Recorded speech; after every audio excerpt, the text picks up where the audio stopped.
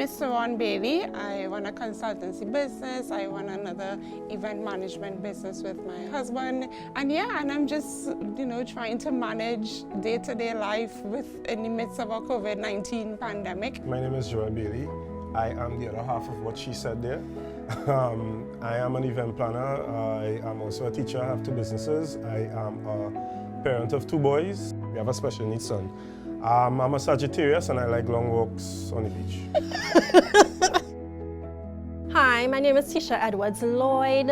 I am a mother, wife, and business owner. I have 3 businesses. I think people have been forced to find ways to survive. We can't just sit down here and wait because the bank's still calling. Correct.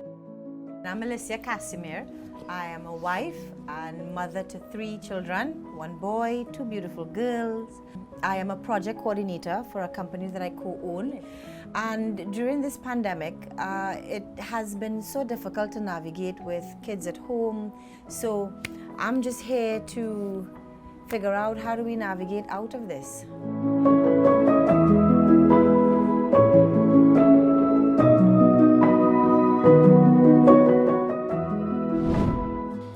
Prior to COVID, there were a lot of opportunities that popped up that had us planning 2020, and we were so excited about it, right? We had events in St. Lucia, I had events in Trinidad that I was working on.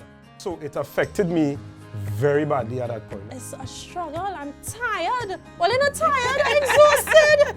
I am tired. You see these bags under my eyes? My COVID experience is not the average COVID experience. I left corporate life in 2017. That particular skill set has allowed me to help persons who found themselves out of jobs, who found themselves afraid of losing their jobs, helping them start their own companies and building it from the ground up.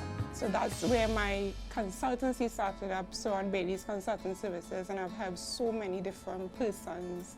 In a way, it seems like I was somehow uniquely positioned for this time.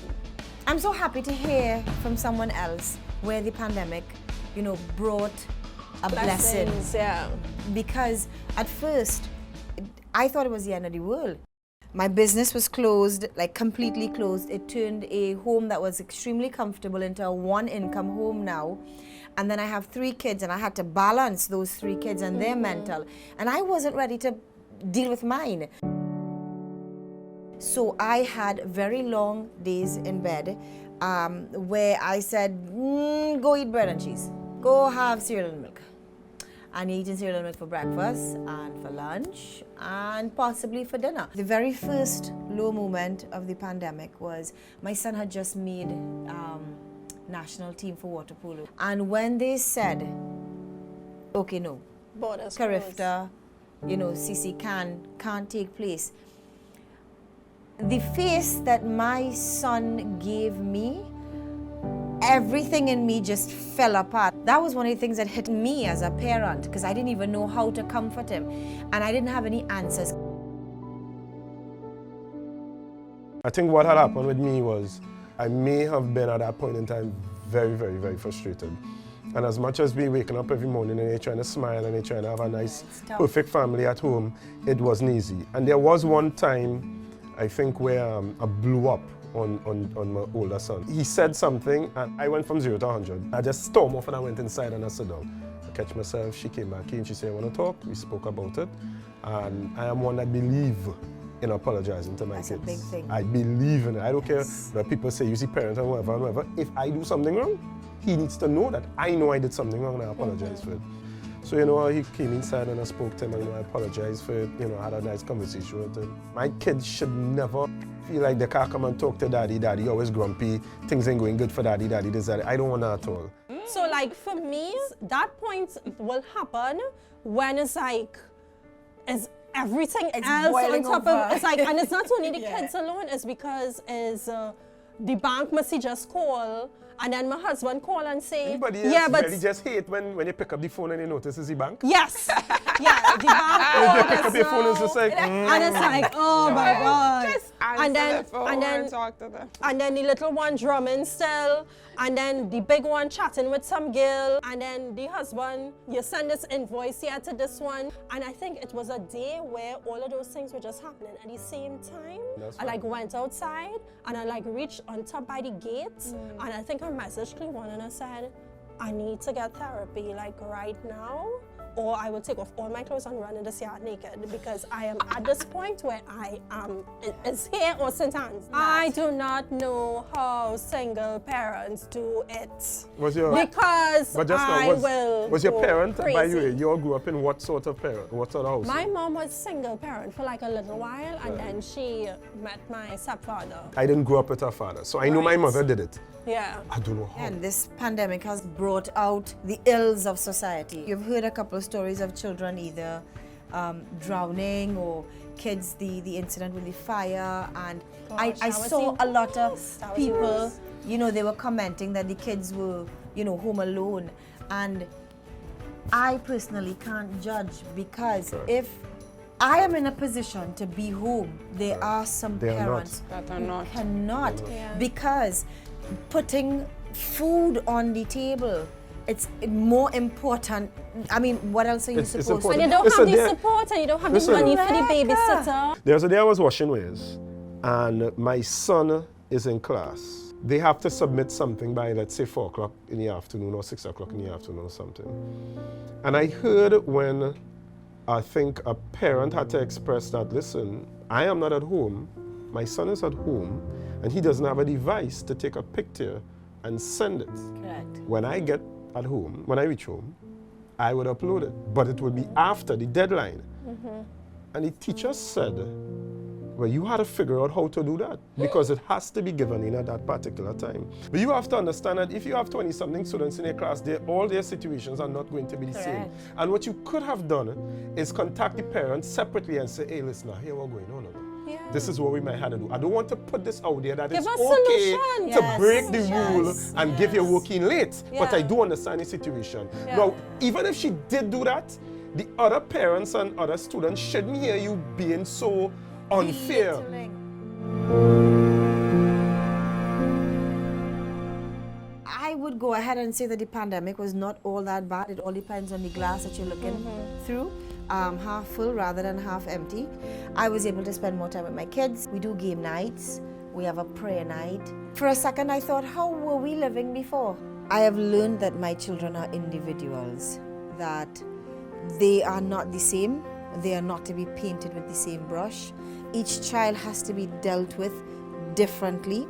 They have to be listened to differently. My younger son, he's only 2, so I didn't get to be a father to him and interact with him as much. When I think about the relationship I would have had with him had COVID not happened, I can't compare it to the relationship I have now. I get emotional when I talk about my son. I love my sons to death. At times I do sit and have breakfast in the morning. I don't like breakfast, but she insists we have breakfast as a family. And I do sit at times and I look at him, I see how happy my wife is. I turn, I see my younger son, how happy he is, and I know that the experience as a family would have been different had it not been for COVID. Correct. One thing I always want people to get moving, coming out of COVID, or even in COVID right now, is that we need to really listen and understand everybody's position. Parents have it hard, extremely hard. Students have it very hard, extremely hard. And teachers. I think people know deep down that parenting is difficult, and that children want to feel that they're heard, they want to be listened to. If you do something wrong, you apologize, they want to feel appreciated, and they're not just the little people that they're in the house while you do whatever else that you have to do. You know, they're actually humans that want acknowledgement, right? So even in the pandemic, when we're all under the same roof, you know, it's a perfect opportunity for them to feel valued. One other key takeaway, what you have to remember for parenting is You cannot pour from an empty cup. Yes, amen. Self-care is so important. Sometimes I just go to the very expensive pharmacy and I just browse through the aisles just for half an hour.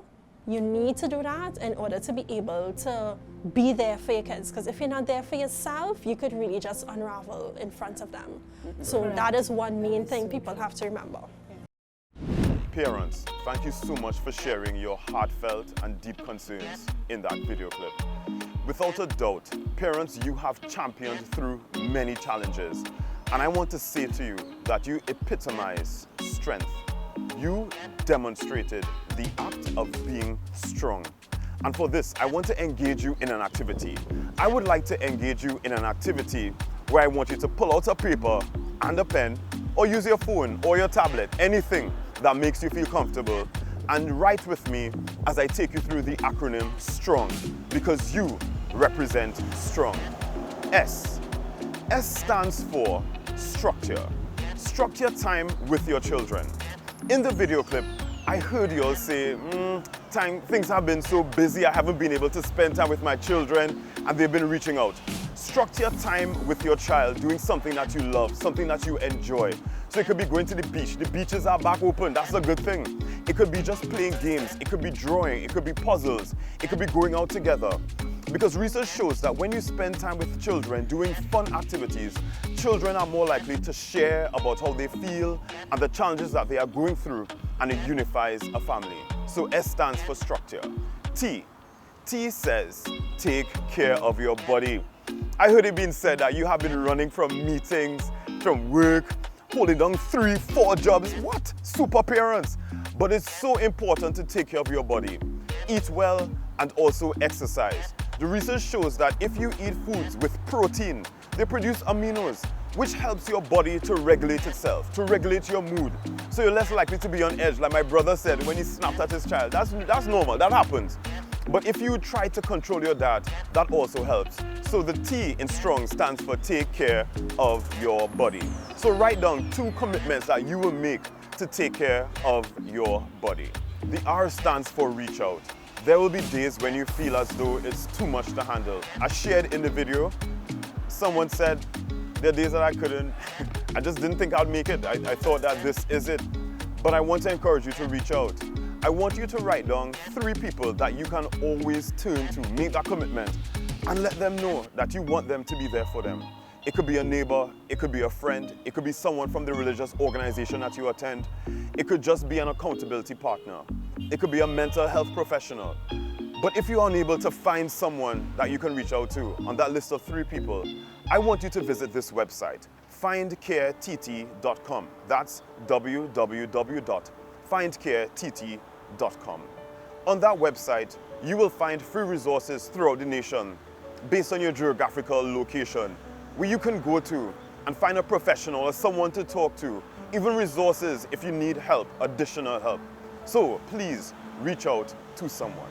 The O in STRONG stands for outline. Outline the key issues that are affecting you. Sometimes we have a lot of challenges that are floating around our minds, and it makes us feel overwhelmed. In psychology, we know that if you were to put it on paper, research studies have shown that when you write things out, you gain clarity. You feel a sense of putting it out there, and I want you to find solutions or reach out to someone to help you find solutions as well. N, network. Who are the people that you can rely on to support your children? Write down the names of persons such as teachers, a guidance counselor, a church person or religious organization person that you can turn to add additional support to help you in taking care of your child and meeting their needs. And finally, the G stands for gratitude.